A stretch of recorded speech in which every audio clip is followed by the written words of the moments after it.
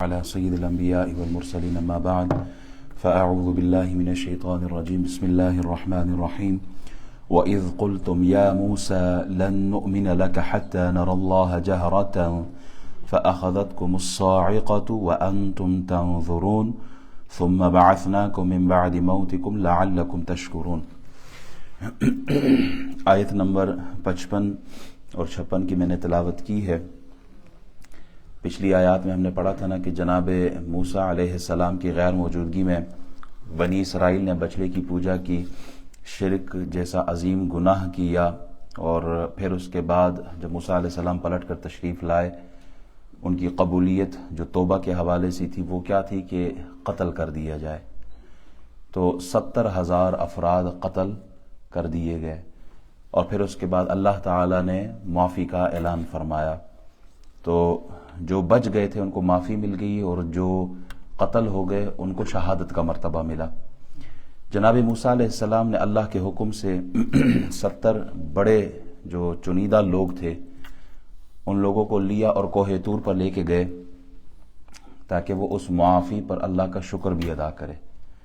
جو انہوں نے گناہ کیا تھا اس کی معذرت بھی پیش کرے، اور پھر اللہ جل وعلا کا شکر بھی ادا کرے کہ اللہ تعالیٰ نے ان کی توبہ قبول فرمائی ہے. جب کوہ طور پر پہنچے تو انہوں نے موسیٰ علیہ السلام سے کہا کہ آپ اپنے رب سے یہ سوال کریں کہ ہم بھی اپنے رب کا کلام سن لیں. جناب موسیٰ علیہ السلام نے کہا ٹھیک ہے چلو. تو جب پہاڑ کے قریب پہنچے تو ایک بادل آیا اور اس نے پورے پہاڑ کو ڈھانپ لیا. اس بادل نے جناب موسیٰ علیہ السلام اس میں داخل ہو گئے اور قوم سے کہا تم قریب آ جاؤ. جب موسیٰ علیہ السلام اپنے رب سے ہم کلام ہوئے تو ان کی پیشانی پر، ویسے موسیٰ علیہ السلام جب بھی اللہ سے کلام فرماتے تھے نا تو موسیٰ علیہ السلام کی پیشانی پر چمکدار نور ظاہر ہوتا تھا جس کو دیکھنے کی کوئی انسان تاب نہیں لا سکتا تھا. تو وہ آپ اپنی پیشانی پر نقاب ڈال لیا کرتے تھے. یہ اللہ کی طرف سے، یعنی اللہ سے جب ہم کلام ہو تو اس کا نور تو ظاہر ہوگا. تو جب قوم اس بادل میں داخل ہوئی تو وہ سجدے میں گر گئی. جناب موسیٰ علیہ السلام اللہ تعالیٰ سے کلام کر رہے تھے اور وہ لوگ سن رہے تھے. جب موسیٰ علیہ السلام فارغ ہوئے اور بادل چھٹ گیا تو یہ لوگ جناب موسیٰ علیہ السلام سے کہنے لگے ہم ہرگز آپ پر ایمان نہیں لائیں گے جب تک کہ ہم بھی نہ دیکھ لیں، ہم بھی نہ دیکھیں اپنی آنکھوں سے آیا کھلم کھلا. تو اسی وقت ان پر ایک بجلی، ایک کڑک آ پڑی اور وہ سب کے سب مر گئے. وَإِذْ قُلْتُمْ يَا مُوسَى لَن نُؤْمِنَ لَكَ، اور یاد کرو جب تم نے کہا اے موسیٰ ہم آپ پر، اور یاد کرو جب تم نے کہا اے موسیٰ ہم آپ پر ہرگز ایمان نہیں لائیں گے حتیٰ کہ ہم اللہ تعالیٰ کو ظاہر دیکھ لیں. پس اس گستاخی پر بجلی کی ایک کڑک نے تم کو آ لیا اور تم دیکھ رہے تھے. یہ کمزور آنکھیں ہیں ہماری کمزور آنکھیں تو اس سورج کی روشنی کو اور نور کو نہیں دیکھ سکتی. تو اس سورج کو بنانے والے خالق کے نور کو کیسے دیکھ سکتے ہیں؟ حور، فرشتے، ان کی نورانیت اتنی عظیم کہ ان کو ہم دیکھ نہیں سکتے. اب یہ ان کی بدبختی تھی، بدقسمتی تھی کہ انہوں نے اتنا بڑا مطالبہ کر دیا. اب یہ بھی ایک قسمت کی بات ہے نا، قسمت کی بات ہے. جنہوں نے نہیں ماننا، جنہوں نے نہیں ماننا، وہ تو چاند کے 2 ٹکڑے ان کے سامنے کیے انہوں نے تو تب بھی نہیں مانا. جنہوں نے نہیں ماننا ان کے سامنے تو کنکر نے بھی کلمے پڑھ لیے تھے لیکن پھر بھی نہیں مانے. جن کے سامنے درخت زمین کو چیرتے ہوئے آئے، آنکھوں سے دیکھا، پھر بھی نہیں مانا انہوں نے. اور جنہوں نے نہیں ماننا تو انہوں نے رسول اللہ کے چہرے کو دیکھا تب بھی نہیں مانا. اور ماننے والے ہو تو پھر عبداللہ بن سلام کی طرح اللہ اکبر، صرف چہرہ دیکھا اور قبول کر لیا. ماننے والے ہو تو پھر چہرہ دیکھ کے بھی قبول کر لیتے، نہ ماننے والے ہو تو چاند کے 2 ٹکڑے، سورج کے پلٹانے، درختوں کے کلام، پتھروں کے کلام، جانوروں کی بولی سب سامنے، پھر بھی نہیں مانتے۔ حشر کو ہوگا یہ معلوم کہ جیتا کون اور ہارا کون۔ وہ لوگ تو اپنے آپ کو بہت کچھ سمجھتے تھے نا، ہم اللہ کے بڑے قریب ہیں، اللہ ہمیں سزا نہیں دے گا۔ جناب موسیٰ کی بے ادبی ہوئی ہے۔ یہاں ایک اور لطیف نکتہ مجھے بڑا پسند آیا ایک تفسیر میں کہ وَإِذْ قُلْتُمْ يَا مُوسَىٰ، اور یاد کرو جب تم نے کہا اے موسیٰ۔ اب دیکھیں پورے قرآن میں آپ اٹھا کے دیکھیں، پورے قرآن میں آپ کو نبیوں کے ناموں کو آپ کو مل جائے گا، یا ابراہیم، یا عیسیٰ، یا موسیٰ، مختلف انبیاء کے نام پکارے گئے، یا نوح۔ لیکن جناب محمد الرسول اللہ صلی اللہ علیہ وسلم کے لیے اللہ تعالیٰ قرآن میں ارشاد فرماتا ہے، سورہ نور کی آیت نمبر غالباً 63 یا 64 ہے، اس میں اللہ تعالیٰ ارشاد فرماتے ہیں لا تجعلوا، نہ پکارنا، کس طرح؟ لا تجعلوا دعاء الرسول بینکم کا دعاء بعضکم بعضا، جیسے تم ایک دوسرے کو پکارتے ہو نا، میرے حبیب کو اس طرح نہیں پکارنا۔ حضرت فاطمہ الزہرا رسول اللہ کی بیٹی ہے، حضرت علی چچا زاد بھائی ہیں، حضرت عباس چچا ہے، لیکن جب بھی حضور کو پکارتے ہیں بھائی کے نہیں پکارتے، بھتیجا کے نہیں پکارا جاتا، پکارا جاتا ہے یا رسول اللہ، یا رسول اللہ، یا نبی اللہ۔ پورے قرآن میں آپ اٹھا کے دیکھیں، 30 پارے قرآن اٹھائیں، 114 سورتیں ہیں، 6666 آیات بتائی جاتی ہیں، آپ اٹھا کے دیکھیں کہیں پر بھی رسول اللہ صلی اللہ علیہ وسلم کو یا محمد کہہ کے نہیں پکارا گیا۔ یاسین، طٰہٰ، یا ایھا المزمل، یا ایھا المدثر، یا ایھا النبی، ان القابات سے پکارا گیا ہے۔ کیا مطلب؟ مطلب یہ کہ رسول اللہ صلی اللہ علیہ وسلم کی تعظیم سکھائی جا رہی ہے۔ اللہ تعالیٰ اپنے بندوں کو رسول اللہ صلی اللہ علیہ وسلم کا مقام بتانا چاہتا ہے۔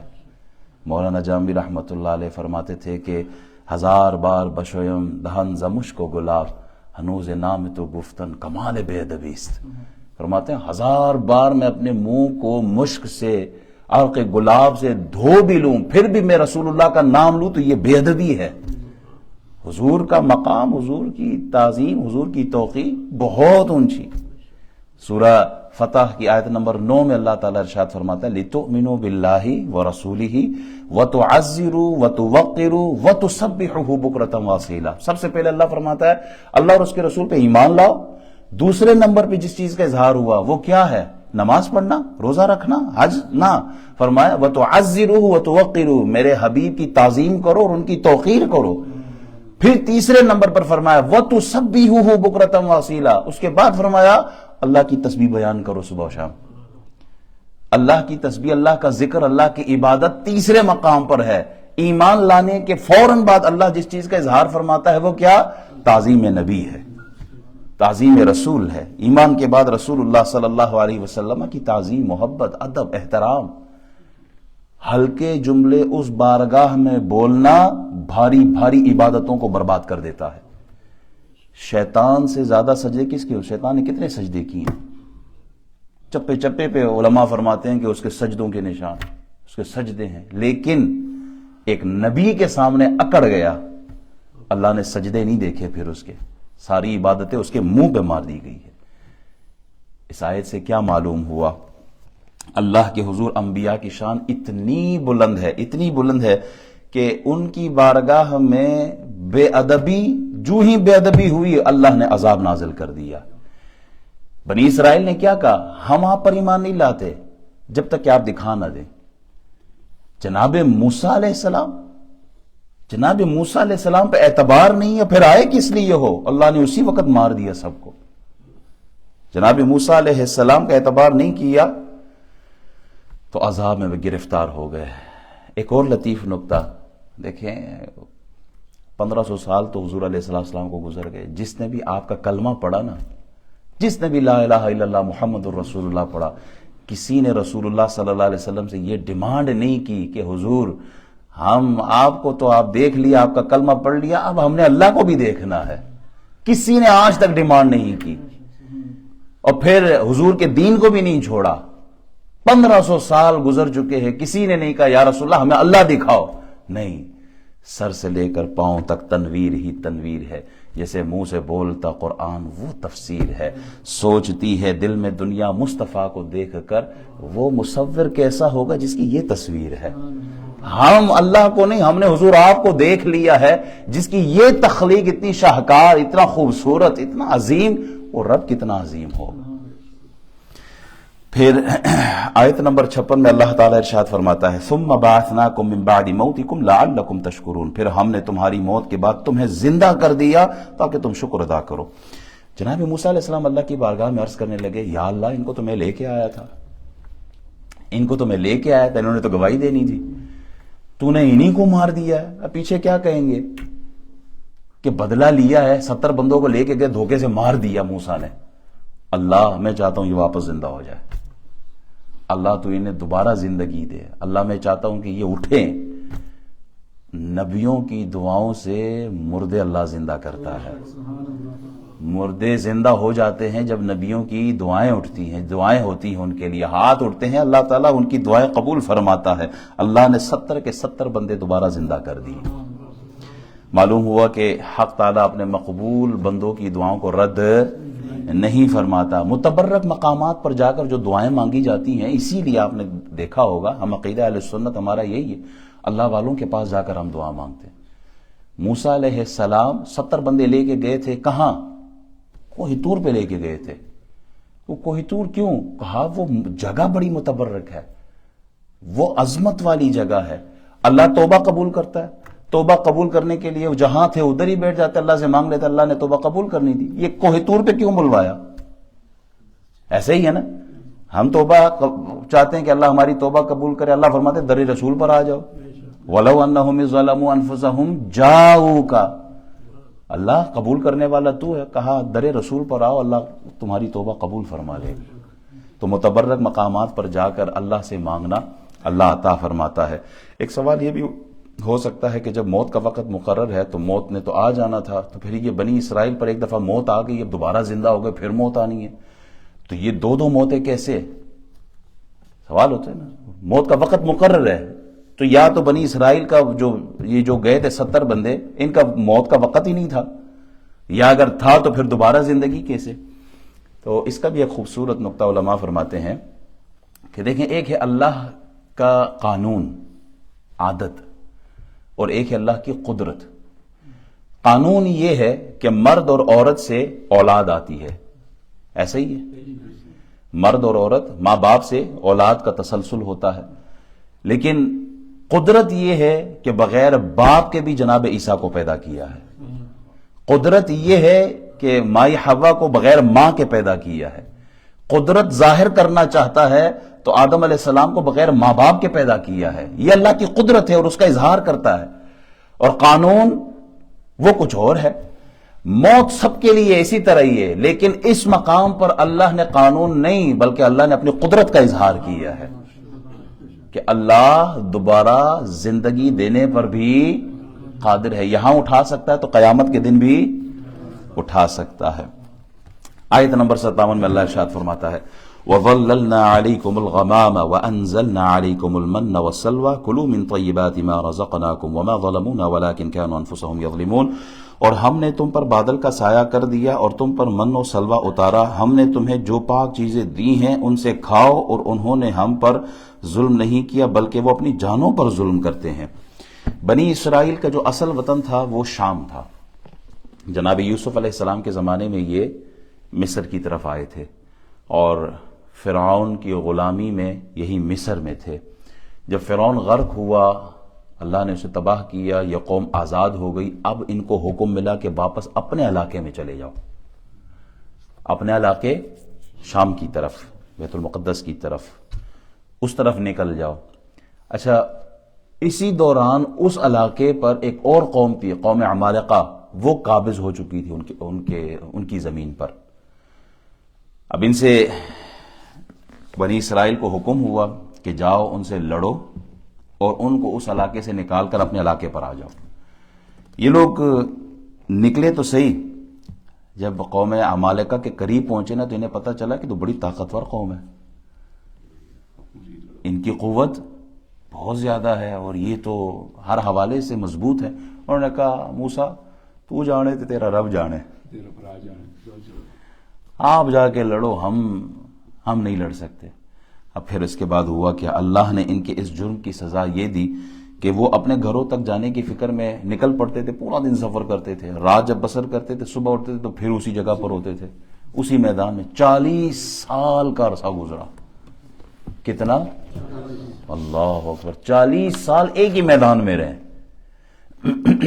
اس وادی میں نہ کوئی درخت تھا، نہ کوئی پانی کا انتظام تھا، اس وادی میں نہ کوئی عمارت تھی، نہ کھانے پینے کا انتظام، کچھ بھی نہیں تھا۔ بے سر و سامانی کے عالم میں جناب موسیٰ علیہ السلام کی دعا سے اللہ نے ان کو سب کچھ عطا کر دیا۔ وہ ایسی جگہ تھی وہاں کچھ بھی نہیں تھا، جناب موسیٰ علیہ السلام نے دعا مانگی تو اللہ تعالیٰ نے دھوپ سے بچنے کے لیے ان پر بادلوں کا سایہ کر دیا۔ کتنی عظیم دولت ان لوگوں پر، موسیٰ علیہ السلام کی دعا ہوئی ہے تو اللہ تعالیٰ نے ان پر بادلوں کا سایہ کر دیا۔